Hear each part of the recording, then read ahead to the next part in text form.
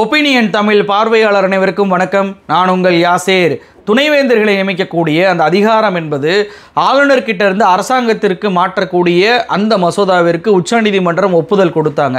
இப்படி உச்சநீதிமன்றம் ஒப்புதல் கொடுத்த இந்த மசோதாவை உயர்நீதிமன்ற நீதிபதிகளாக இருக்கக்கூடிய திரு GR சுவாமிநாதன் அவர்களும் நீதிபதியான திரு லட்சுமி நாராயணன் அவர்களும் இடைக்கால தடையை போட்டு ஒரு உத்தரவை கடந்த மாதம் போட்டிருந்தாங்க. இந்த உத்தரவுக்கு எதிராக தான் இன்னைக்கு தமிழ்நாடு அரசு உச்சநீதிமன்றத்தில் போய் ஒரு மனு தாக்கலை பண்ணியிருக்கிறாங்க. அந்த மனுவில் இருக்கக்கூடிய ஒவ்வொரு வாதங்களையும் பார்த்தோம் அப்படின்னா வெறுமனே இந்த இடைக்கால உத்தரவுக்கு எதிராக மட்டும் அந்த வாதங்கள் வைக்கப்படலை. இந்த நீதிபதிகள் பெஞ்ச் இருக்கு தெரியுமா, இந்த வெக்கேஷன் பெஞ்ச், 2 நீதிபதிகள் கொண்ட இந்த பெஞ்சுக்கு எதிராகவே பல்வேறு வாதங்களை தமிழ்நாடு அரசு வச்சிருக்கிறாங்க. இந்த வழக்கு ஏன் இந்த 2 நீதிபதிகளுக்கு எதிராக மாறப்போகுது, இந்த வழக்கை எப்போது உச்சநீதிமன்றம் எடுத்துக்கொள்ள போகிறது உள்ளிட்ட பல்வேறு விஷயங்களை இந்த வீடியோவில் விரிவாக பார்க்கலாம். இந்த வீடியோவை முழுமையாக பாருங்க. மறக்காம நம்மளுடைய ஒப்பீனியன் தமிழ் சேனலை சப்ஸ்கிரைப் பண்ணிக்கோங்க. கடந்த மே 21ஆம் தேதி உயர்நீதிமன்றத்துடைய நீதிபதிகளான திரு GR சுவாமிநாதன் அவர்களும் லட்சுமி நாராயணன் அவர்களும் ஒரு இடைக்கால தடையை போடுறாங்க. அதாவது துணைவேந்தர்களை நியமிக்கக்கூடிய அந்த அதிகாரம் என்பது ஆளுநருக்கு பதில் அரசாங்கம் அப்படி சொல்லி மாற்றியது வந்து அந்த சட்டம் என்பது ஒரு சட்ட விரோதம். அது UGC நாம்ஸை பின்பற்றுவதாக இல்லை. UGC நாம்ஸ் தான் பெருசே தவிர மாநிலத்துடைய சட்டமன்றத்தால் இயற்றப்படக்கூடிய சட்டமெல்லாம் பெருசு கிடையாது, ஒன்றிய அரசுடைய சட்டம் தான் பெருசு அப்படின்னு சொல்லி ஒரு இடைக்கால தடையை போட்டதோடு மட்டுமல்லாமல் அந்த வழக்கில் ஆஜரான தமிழ்நாடு அரசு வழக்கறிஞரையும் உயர்கல்வித்துறை சார்பாக ஆஜரான திரு வில்சன் அவர்களையுமே மிக மோசமான ரிமார்க்கை சொல்லி அதை தீர்ப்புலையுமே சுட்டி காட்டி தீர்ப்பளித்தாங்க இந்த 2 நீதிபதிகள். இந்த 2 நீதிபதிகளுக்கு எதிராக தான் இப்போ தமிழ்நாடு அரசு உச்சநீதிமன்றத்தில் போய் ஒரு மனு தாக்கலை பண்ணியிருக்கிறாங்க. வெறுமன இடைக்கால தடையை நீக்க சொல்லி மட்டும் மனு தாக்கல் பண்ணலை. இந்த பெஞ்ச் நடந்து கொண்ட விதம், அன்னைக்கு மே 21ஆம் தேதி நடந்து கொண்டாங்க தெரியுமா, அதை அத்தனையுமே சுட்டி காட்டி மிக பெரிய அளவில் கண்டனத்தை தெரிவிக்கும் விதமாக தங்களுடைய மனு தாக்கல் பண்ணியிருக்கிறாங்க தமிழ்நாடு அரசு. பொதுவாகவே உச்சநீதிமன்றத்தை பொறுத்த வரைக்கும் ஜூலை 13ஆம் தேதி வரைக்கும் சம்மர் வெக்கேஷன் இருக்கு. அப்போ இந்த வழக்கு சம்மர் வெக்கேஷன்ல எடுத்துக்கொள்ளப்படுமா? ஏன்னா இந்த சம்மர் வெக்கேஷனை பொறுத்த வரைக்கும் மிகப்பெரிய அளவிலான வழக்குகள் வந்து விசாரிக்கப்பட்டு வருது, அவசர வழக்குகள்லாம்.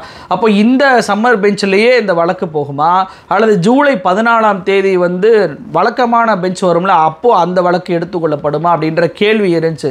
ஆனால் இந்த வழக்கை பொறுத்த வரைக்கும் பார்த்தீங்க அப்படின்னா இது ரொம்ப ரொம்ப சென்சிட்டிவான ஒரு வழக்காக இருக்கிறது. இதனால் 1 நாள்லேருந்து 2 நாளுக்குள்ளேயே உச்சநீதிமன்றத்தில் இந்த வழக்கை எடுத்துக்கொள்ள போகிறார்கள் அப்படின்னு சொல்லி உச்சநீதிமன்றத்துடைய பதிவாளரே நியூ இந்தியன் எக்ஸ்பிரஸ் அப்படின்ற மீடியாவுக்கு ஒரு தகவலை சொல்லியிருக்கிறார். அப்போ உச்சநீதிமன்றம் சம்மர் பெஞ்சிலே எடுத்துக்கொள்ளக்கூடிய அளவுக்கு அவசரம் காட்டுது அப்படின்னாவே அந்த அளவுக்கு தமிழ்நாடு அரசு இந்த மனுவில் மிகப்பெரிய அளவுக்கான வாதங்களை வச்சிருக்கிறாங்க.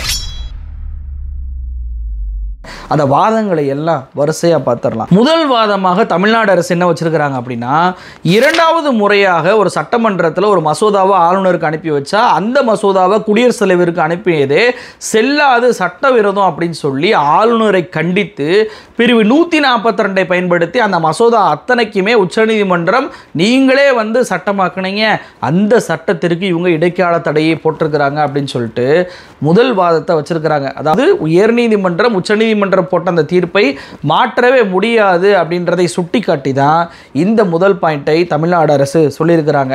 2வது விஷயம் என்ன அப்படின்னா, திருநெல்வேலியைச் சேர்ந்த வெங்கடாஜலபதி இவருடைய மனுவை முதல்ல ஏற்றுக்கொண்டு 2018 UGC ரெகுலேஷனை காட்டி ஸ்டேட் கொண்டு வரக்கூடிய சட்டத்தை விட பெருசுன்னு சொல்லி இந்த இடைக்கால தடையை இவங்க போட்டிருக்கிறாங்க அப்படின்னு சொல்லிட்டு அந்த பாயிண்ட்டை சொல்லியிருக்கிறாங்க. அதுலேயும் குறிப்பாக இன்னொரு விஷயத்தையும் சொல்கிறாங்க. என்ன அப்படின்னா, சட்டமன்றத்தால் ஏற்றப்பட்ட சட்டங்களுக்கு அரசியலமைப்பு சட்டத்துடைய வலுவான அனுமானம் இருக்குது அப்படின்னு சொல்லியிருக்கிறாங்க. இதுலேருந்து என்ன புரிஞ்சுக்கிற முடியுது அப்படின்னா, இவங்க UGC ரெகுலேஷன் காட்டி தான் மாநில சட்டத்தை விட அது பெருசுன்னு சொல்றாங்க. ஆனா சட்டமன்றத்தால் இயற்றப்படும் சட்டங்களுக்கு தான் அரசியலமைப்பு சட்டத்துடைய அனுமானம் இருக்கே தவிர IAS அதிகாரிகளால் உருவாக்கப்படக்கூடிய வெறும் ஒரு ரெகுலேஷனோ அல்லது ஒரு கமிஷன் உருவாக்கக்கூடிய விதிகளோ வந்து பெரிது கிடையாது, அது பார்லிமெண்ட்டில் கொண்டு வரப்பட்ட சட்டம் அல்ல அப்படின்ற வாதத்தை இரண்டாவது பாயிண்டாக தமிழ்நாடு அரசு வச்சிருக்கிறாங்க. மூன்றாவது பாயிண்டாக திரு வில்சன் அவர்கள் என்ன சொல்கிறார் அப்படின்னா, ரொம்ப முக்கியமானது, அரசியலமைப்பு சட்டத்துடைய விதிகளை சவால் விடும் விஷயத்திலையும் சட்டத்தின் வலுவான அனுமானத்திற்கு எதிரான விஷயத்திலையும் இடைக்கால உத்தரவை நீதிமன்றங்கள் போடுவதில் வேகம் காட்டக்கூடாது, ஸ்லோவாக தான் இடைக்கால உத்தரவு போடணும்னா கூட அதை நல்லா விசாரித்து அதன் பின்பு தான் போடணுமே தவிர இப்படி வேகமாக எந்த ஒரு செயல்பாடையும் காட்டாதீங்க அப்படின்னு சொல்லி 2014 உச்சநீதிமன்றம் தீர்ப்பு கொடுத்துருக்குறாங்க. அந்த தீர்ப்பை இவங்க மீறி இருக்கிறாங்க அப்படின்னு சொல்லிட்டு 2014 தீர்ப்பையுமே சுட்டி காட்டியிருக்கிறாங்க தமிழ்நாடு அரசு. அதாவது இந்த பிஜேபியோடைய வழக்கறிஞர் பார்த்தீங்கன்னா, தமிழ்நாடு அரசு உருவாக்கிய அந்த சட்டங்களை எல்லாம் செல்லாதுன்னு சொல்லி அறிவிங்க அப்படின்னு சொல்லிட்டு உச்சநீதிமன்றத்துக்கு வந்தால், அரசியலமைப்பு சட்டத்துடைய அனுமானம் பெற்ற அந்த விதிகளை எல்லாம் அந்த மனுதாரர் கேள்வி எழுப்பும்போது எப்படி இவ்வளவு அவசரமாக இடைக்கால உத்தரவை போடுறாங்க? ஏன்னா இடைக்கால உத்தரவை ஸ்லோவாக தான் இது பண்ணணும், எந்த ஒரு உத்தரவையும் போடக்கூடாதுன்னு 2014 நீங்கள் தீர்ப்பை கொடுத்துருக்குறீங்க. அந்த தீர்ப்புக்கு இவங்க மீறி இருக்கிறாங்க அப்படின்றத சுட்டி காட்டியிருக்கிறாங்க. நாலாவது விஷயமாக என்ன சொல்லியிருக்கிறாங்க அப்படின்னா, இந்த துணைவேந்தர்கள் நியமிக்கக்கூடிய அந்த அதிகாரம் என்பது ஆளுநர்கிட்ட இருந்து அரசுக்கு மாற்றினதை இவங்க இடைக்கால தடை உத்தரவு போட்டிருக்கிறாங்கல்ல, இந்த இடைக்கால உத்தரவு தான் அவர் மனுதாரர் ஃபைனல் ஸ்டேஜாவே கேட்கிறாரு. அவருடைய வாதம் என்ன, இந்த சட்டங்களுக்கு எல்லாம் தடை போடணும் அப்படின்றது தான். அதை இடைக்கால உத்தரவாகவே இவங்க போடுறாங்க. அதாவது ஃபைனலாக அவர் கேட்கக்கூடிய அந்த நிவாரணத்தை இன்டம் ஸ்டேஜ்லேயே இவங்க கொடுக்குறாங்க, இடைக்காலத்திலே அதை கொடுத்துட்டாங்க. அப்போ ஒரு வழக்கை விசாரித்து இறுதியாக கொடுக்கக்கூடிய ஒரு தீர்ப்பை இடைக்காலத்திலே இவங்க கொடுப்பதனுடைய நோக்கம் என்ன அப்படின்னு சொல்லிட்டு அதையுமே தமிழ்நாடு அரசு கேள்வி எழுப்பியிருக்கிறாங்க. அஞ்சாவது பாயிண்ட் ரொம்ப முக்கியமானது, என்ன சொல்லியிருக்கிறாங்கன்னா, எந்த ஒரு அவசர வழக்குமே இல்லாமல் அந்த வழக்கை மனுதாரர் தாக்கல் பண்ணார். அதாவது மனுதாரரை பொறுத்த வரைக்கும் இது எனக்கு அவசர வழக்கை விசாரிங்கன்னா சொல்லவே இல்லை. அப்படி இருக்கும்போது இந்த இரு நீதிபதிகள் கொண்ட இந்த பெஞ்ச் எப்படி அவசர வழக்காக அது ஒகேஷன் பெஞ்சில் போய் எடுத்துக்கிட்டாங்க அப்படின்ற கேள்வி கேட்குறாரு. இது எதற்கு எதிராக இருக்கிறது அப்படின்றதை சுட்டி காட்டுறாரு. ஏப்ரல் 29, 2025 அன்று கொடுத்த அந்த நோட்டிஃபிகேஷனுக்கு எதிராக வயலேஷன் பண்ணுவதாக இந்த பெஞ்ச் பண்ணிட்டாங்க. அதாவது என்ன நோட்டிஃபிகேஷன் கொடுத்துருக்குறாங்கன்னா, அவசர வழக்கை மட்டும்தான் இந்த சம்மர் வெக்கேஷன் பெஞ்ச் விசாரிக்க வேண்டுமே தவிர அவசரமே இல்லாத வழக்குகள்லாம் விசாரிக்காதீங்க அப்படின்னு சொல்லிட்டு ஒரு நோட்டிஃபிகேஷனை ஏப்ரல் 29 கோர்ட் கொடுத்துருக்குறாங்க. ஆனால் அதை இந்த வெக்கேஷன் பெஞ்ச் மீறி இருக்கிறாங்க அப்படின்றதையும் சுட்டி காட்டியிருக்கிறாங்க. அதாவது இந்த வழக்கே அவர் அவசர வழக்காக போடாத போது ஏன் இந்த நீதிபதிகள் அவசர வழக்காக எடுத்துக்கொண்டு இதை விசாரித்தாங்க, கோர்ட்டுடைய ரூல்ஸே இவங்க மீறி இருக்கிறாங்க அப்படின்னு சொல்லிட்டு நீதிபதிகள் அந்த சொன்ன பெஞ்சுக்கு எதிராகவே மிகப்பெரிய அளவில் தமிழ்நாடு அரசு கண்டனங்களை தெரிவிக்கும் விதமாக வாதங்களை வச்சிருக்கிறாங்கன்னு. அதில் இது ரொம்ப முக்கியமான வாதம். அது மட்டுமல்ல, இந்த பெஞ்ச் எங்களுக்கு மனு தாக்கல் பண்ணவே டைம் கொடுக்கல. அதே போல் பார்த்தீங்க அப்படின்னா கவுண்டர் அஃபிடவிட் தாக்கல் பண்ணவும் டைம் கொடுக்கவே இல்லை. இதெல்லாம் கூட விட்டுறலாங்க. இவர் மனுதாரர், பிஜேபி மனுதாரர் 9 சட்டங்களை நீக்க சொல்லி கேட்கிறாரு. அதுவும் உச்சநீதிமன்றமே ஒப்புதல் கொடுத்த அந்த சட்டத்திற்கு ஆதரவாக வாதாடக்கூட எங்களுக்கு இந்த 2 நீதிபதிகளும் டைமே கொடுக்கல அப்படின்ற அந்த வாதத்தையுமே திரு வில்சன் அவர்கள் வச்சிருக்கிறாரு. ஏன்னா வில்சன் அவர்கள் எங்களுக்கு பதில் மனு தாக்கல் பண்ணுவதற்கு டைம் கொடுங்க அப்படின்னு சொல்லி கேட்ட போதும் கூட இந்த நீதிபதிகளான திரு ஜிஆர் சுவாமிநாதன் அவர்களும் லட்சுமி நாராயணன் அவர்களும் அதை ஏற்றுக்கொள்ளவே இல்லை. அவசர வழக்காகவே அதை விசாரிச்சாங்க. அதுவும் எப்போ சாயந்தரம் 6:30 மணி வரைக்கும் அந்த வழக்கை அவங்க விசாரிச்சாங்க. இதையுமே கோர்ட்டில் தமிழ்நாடு அரசு கேட்டுட்டாங்க. அதாவது இந்த சம்மர் வெக்கேஷன் பெஞ்சை பொறுத்த வரைக்கும் அர்ஜென்ட் வழக்கை கூட கோர்ட் டைமை தாண்டி நடத்தினதே கிடையாது. ஆனால் இது அவசர வழக்கே முதல்ல கிடையாது. அவசர வழக்கே இல்லாத ஒரு விஷயத்தை இந்த நீதிபதிகள் என்ன பண்ணுறாங்க அப்படின்னா, அவசர வழக்காக எடுத்துக்கொண்டு கோர்ட் நேரத்தை தாண்டி சாயந்தரம் 6:30 மணி வரைக்கும் இவங்க விசாரிப்பதற்கான அந்த காரணம் என்ன? அதுவும் இவங்க தடை போட்டாங்கல்ல இந்த சட்டம், இந்த சட்டத்தை பொறுத்த வரைக்கும் ஜூன் மாதத்துக்கு அப்புறம் தான் அதனால் ஏதாவது ஒரு அரசியலில் மாற்றம் ஏற்படுமே தவிர ஜூன் மாதத்திற்கு முன்பு அந்த சட்டத்தை தமிழ்நாடு அரசு பயன்படுத்த போவதே இல்லை.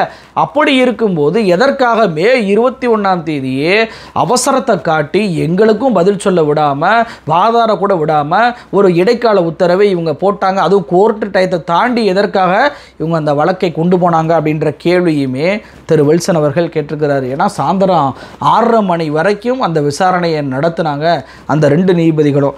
அது மட்டும் இல்லைங்க, இதுதான் ரொம்ப ரொம்ப முக்கியமானது. ஹேண்ட்ஸ் ஆஃப் அப்ரோச்சில் ஜுடிஷியல் கட்டுப்பாடு அதே போல் டிசிப்ளினை கடைபிடிக்காததையும் இந்த தமிழ்நாடு அரசு சுட்டி காட்டியிருக்கிறாங்க. அதாவது ஹேண்ட்ஸ் ஆஃப் அப்ரோச்னா என்ன அப்படின்னா, அதாவது உச்சநீதிமன்றத்தில் இந்த வழக்கை வந்து நாங்கள் டிரான்ஸ்ஃபர் பெட்டிஷன் போட்டோம், உச்சநீதிமன்றம் விசாரிக்க போகிறாங்க, தலைமை நீதிபதியாக இருக்கக்கூடிய சிஜே கவாய் அவர்களே இதை நான் வந்து அவசர வழக்காக ஏற்றுக்கொள்கிறேன், நீங்கள் ஓரலாக ஹைகோர்ட்டில் வந்து போய் சொல்லிடுங்க அப்படின்னு சொல்லிட்டு சொன்னாங்க. அதே வில்சன் அவர்களையும் ஹைகோர்ட்டில் அந்த வாதமாகவே வச்சார். தலைமை நீதிபதிக்கிட்டே சொல்லிட்டேங்க, இந்த வழக்கை வந்து உச்சநீதிமன்றத்தில் மாற்ற போகிறோங்க, உச்சநீதிமன்றம் தான் இந்த வழக்கை விசாரிக்கணும், நீங்கள் இந்த வழக்கை விசாரிக்கக்கூடாது என்று சொல்லியும் கூட அதெல்லாம் எங்ககிட்ட சிஜேஏ எந்த ஒரு தகவலையும் சொல்லவே இல்லை, எங்ககிட்ட ஓரலாக கூட எதுவும் வரவே இல்லை, அப்படி வந்திருந்தா கூட நாங்கள் ஹேண்ட்ஸ் ஆஃப் பண்ணியிருப்போம் அந்த வழக்கிலேருந்து, நாங்கள் வந்து இந்த வழக்கை வந்து விசாரிக்கவே மாட்டோம். ஆனால் எங்களுக்கு அப்படி எதுவுமே வராதனால தான் இப்படியான இடைக்கால உத்தரவை நாங்கள் போடுகிறோம் அப்படின்னு சொல்லிட்டு தீர்ப்பிலேயே இந்த 2 நீதிபதிகளுமே குறிப்பிட்டிருக்கிறாங்க. இதை அவங்க சுட்டி காட்டியிருக்கிறாங்க. ஒரு டிசிப்ளினே இல்லாமல் இது போன்ற ஹேண்ட்ஸ் ஆஃப் அப்ரோச் இவங்க பண்ணவே இல்லை அப்படின்னு சொல்லிட்டு, அதாவது உச்சநீதிமன்றத்திற்கு வழக்கு போகணும்னு சொல்லியும் கூட இவங்க அதை ஏற்கவில்லை அப்படின்ற ஒரு பாயிண்ட்டை இதில் சுட்டி காட்டியிருக்கிறாங்க. வாதமாக வைக்கும் போதும் தலைமை நீதிபதிக்கு நாங்கள் சொல்லியும் கூட இவங்க ஏற்கவில்லை அப்படின்னு சொல்லிட்டு அந்த நீதிபதிகளை கண்டிப்பாக கம்ப்ளைண்ட் கொடுப்பதற்கான வாய்ப்புகள் அதிகமாக இருக்குது. அதிலே இந்த பாயிண்ட் வந்து உறுதிப்படுத்தவும் செய்யுது. அது மட்டுமல்ல, இவங்க அவசரம் காட்டினாங்க தெரியுமா, இந்த வழக்கு வந்து அவசர வழக்காக எடுக்கிறதுக்கு, அதற்கு சம்பந்தமே இல்லாத காரணங்களை இவங்க சொல்லியிருக்கிறாங்க அப்படின்ற பாயிண்ட்டையுமே தமிழ்நாடு அரசு கொடுத்துருக்குறாங்க.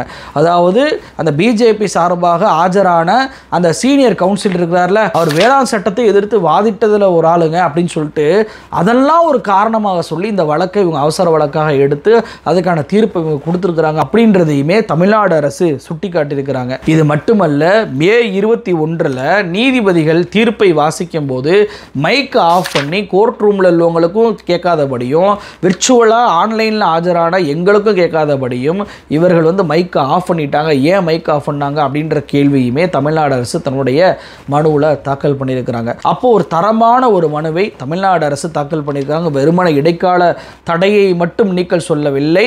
இந்த நீதிபதிகள் இருக்கிறாங்களே, ஜிஆர் சுவாமிநாதனும் லட்சுமி நாராயணனும், இந்த பெஞ்சுக்கு எதிராக கடுமையான கண்டனங்களை தெரிவிக்கும் விதமாக வாதங்களை தமிழ்நாடு அரசு வச்சிருப்பதை பார்க்க முடியுது. இது மட்டும் இல்லைங்க, இது வெறும் வந்து மனு தாக்கல் பண்ணப்பட்ட அந்த வாதங்கள் தான். மனுவை தாண்டி சில வாதங்கள்லாம் இருக்குது. இந்த தீர்ப்பையே பார்த்தீங்கன்னா போலி அரசிதழை வச்சு கொடுத்துருக்குறாங்க. அதை வில்சன் அவர்கள் சுட்டி காட்டியிருக்கிறாரு. ஏங்க, அந்த பாஜகவுடைய வழக்கறிஞர் வந்து போலி அரசிதழை காட்டியிருக்கிறாருங்க அப்படின்னு சொல்லியும் கூட அதை உயர்நீதிமன்ற நீதிபதிகள் ஏற்றுக்கொள்ளலை. இப்படி சொன்னபோது என்ன சொன்னார், நீங்கள்லாம் எங்களுக்கு ஒன்றும் பாடம் எடுக்க தேவையில்லை அப்படின்னாரு. அவசர வழக்கை விசாரிக்காதீங்கன்னு சொன்னதையும் கேட்கல. அதே போல் ஏன் வந்துட்டு எங்களுக்கு பதில் மனு தாக்கல் பண்ண அவகாசம் கொடுங்க அப்படின்னு சொல்லி கேட்ட போதற்கும் அதுக்கும் டைம் இல்லை. ஆனால் இப்படியான போலி சான்றிதழை சொன்ன போதும் கூட எதையுமே கேட்காம நாங்கள் எங்களுக்கு நீங்கள் ஒன்றும் பாடம் எடுக்க தேவையில்லை அப்படின்னு சொல்லிட்டு உயர்நீதிமன்றம் கண்களை மூடிக்கொண்டு இருக்காது அப்படின்ற வார்த்தைகள்லாம் பயன்படுத்தி இந்த நீதிபதிகள் உத்தரவு போட்டாங்க தெரியுமா. அதுவுமே மிகப்பெரிய ஒரு ட்விஸ்டாக நீதிபதிகளுக்கு எதிராக மாறப்போகுது. அது மட்டுமல்ல, இந்த வழக்கே வந்து ஒரே வழக்கிலேயே 10 சட்டங்களை நீக்க சொல்லி அவர் வந்துட்டு ஒரு நிவாரணத்தை கேட்குறாரு. இப்படியெல்லாம் ஒரே வழக்கில் எல்லா நிவாரணங்களையெல்லாம் கேட்க முடியாது. அது மட்டுமல்ல, உரிய அந்த நீதிமன்ற கட்டணத்தையுமே அந்த பாஜக வழக்கறிஞர் கட்டலை அப்படின்றதும் தெரிய வந்திருக்கு. அது மட்டுமல்ல, இந்த வழக்கை பொறுத்த வரைக்கும் முக்கியமான ஒரு பிரதிவாதி யாருன்னு பார்த்தீங்க அப்படின்னா பல்கலைக்கழகம் தான். மாநில பல்கலைக்கழகத்தையே இந்த வழக்கில் ஒரு பிரதிவாதியாக சேர்க்கல. அவங்களுடைய பதில் மனு தாக்கலையுமே கேட்காம இந்த நீதிபதியான திரு ஜிஆர் சுவாமிநாதன் அவர்களும் லட்சுமி நாராயணன் அவர்களும் ஒரு உத்தரவை போட்டிருப்பதையுமே உச்சநீதிமன்றத்தில் வாதமாக தமிழ்நாடு அரசு வைக்க தான் போகுது. அதிலும் குறிப்பாக ஜிஆர் சுவாமிநாதன் இருக்கார்ல, அவருக்கு எதிராக ஏற்கனவே இவர் உச்சநீதிமன்ற தீர்ப்பை மீறியவர் அப்படின்ற வாதத்தையுமே தமிழ்நாடு அரசு வைக்கலாம். ஏன்னா எச்சில் இலை வழக்கு கரூர் மாவட்டத்தில் நெரூர் அப்படின்ற கிராமத்தில் எச்சில் இலையின் மீது, அதாவது பிராமணர்கள் சாப்பிட்ட அந்த எச்சில் இலை மீது பக்தர்கள் உருளக்கூடிய அந்த சம்பவத்திற்கு வந்து உயர்நீதிமன்றம் தடை விதிக்கிறாங்க. 2015 உச்சநீதிமன்ற தீர்ப்பை காட்டி தடை விதிச்சாங்க. அப்போது இந்த தடையை அவர் வந்து நீக்கிறாரு ஜிஆர் சுவாமிநாதன் அவர்கள். அப்போ உச்சநீதிமன்ற தீர்ப்பை சுட்டி காட்டி உயர்நீதிமன்ற தீர்ப்பையும் இவர் ரத்து பண்ணியிருக்கிறாரு. உச்சநீதிமன்ற தீர்ப்பையும் இவர் மதிக்காமல் போயிருக்கிறாரு. அப்பயே இவரை வந்து என்ன பண்ணியிருக்கணும், நீக்கம் பண்ணியிருக்கணும் அப்படின்னு சொல்லிட்டு மே 2024 இவருக்கு எதிராக தலைமை நீதிபதிக்கு ஒரு கடிதத்தை அனுப்பியிருந்தாங்க. அந்த கடிதமே பெண்டிங்கில் இருக்குது. இவர் வந்து அரசியலமைப்பு சட்டத்திற்கு எதிராக செயல்படுகிறார், அந்த பக்தர்கள் உருளக்கூடிய ஒரு விஷயத்தை திரும்ப கொண்டு வரணும்னு நினைக்கிறார், இது அரசியலமைப்பு சட்ட விதிகளுக்கே எதிரானது அப்படின்னு சொல்லி இவர் இவரை நீக்க வேண்டும் என்று திராவிட விடுதலை கழகத்தைச் சேர்ந்த குளத்தூர் மணி அவர்கள் ஏற்கனவே ஒரு புகாரை அனுப்பியிருக்கிறதுனால இதையெல்லாம் சுட்டிக்காட்டி கண்டிப்பாக இந்த நீதிபதிகளுக்கு எதிராக பல்வேறு கண்டனங்களை உச்சநீதிமன்றம் கொடுப்பதற்கான வாய்ப்புகள் இருக்குது. அதாவது இடைக்கால உத்தரவுக்கு தடை, அந்த இடைக்கால தடை இவங்க போட்டது செல்லாது அப்படின்ற அறிவிப்போடு நீதிபதிகளுக்கு எதிரான கண்டனங்களுமே இந்த வழக்கில் வருவதற்கான வாய்ப்பு இருக்குது.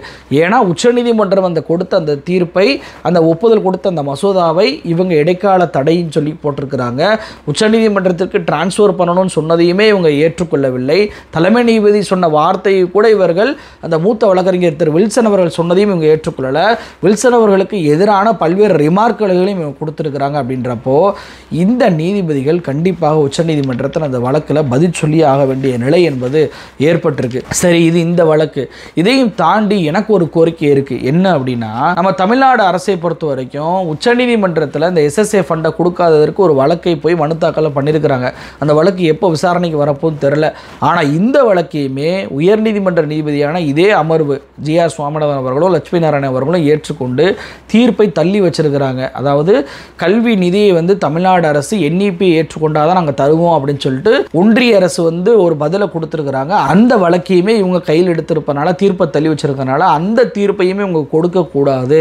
இந்த வழக்கையுமே உச்சநீதிமன்றத்தில் நாங்கள் ஏற்கனவே மனு தாக்கல் பண்ணியிருப்போம், உச்சநீதிமன்றம் தான் விசாரிக்கணும் அப்படின்னு சொல்லிட்டு அந்த வழக்கிலேயுமே இந்த நீதிபதிகளை விடுவிக்க சொல்லி தமிழ்நாடு அரசு ஒரு கோரிக்கையை வைக்க வேண்டும் என்ற ஒரு தனிப்பட்ட ஒரு கோரிக்கையுமே இந்த வீடியோ வாயிலாக நான் தமிழ்நாடு அரசுக்கு வச்சுக்கிறேன். நன்றி.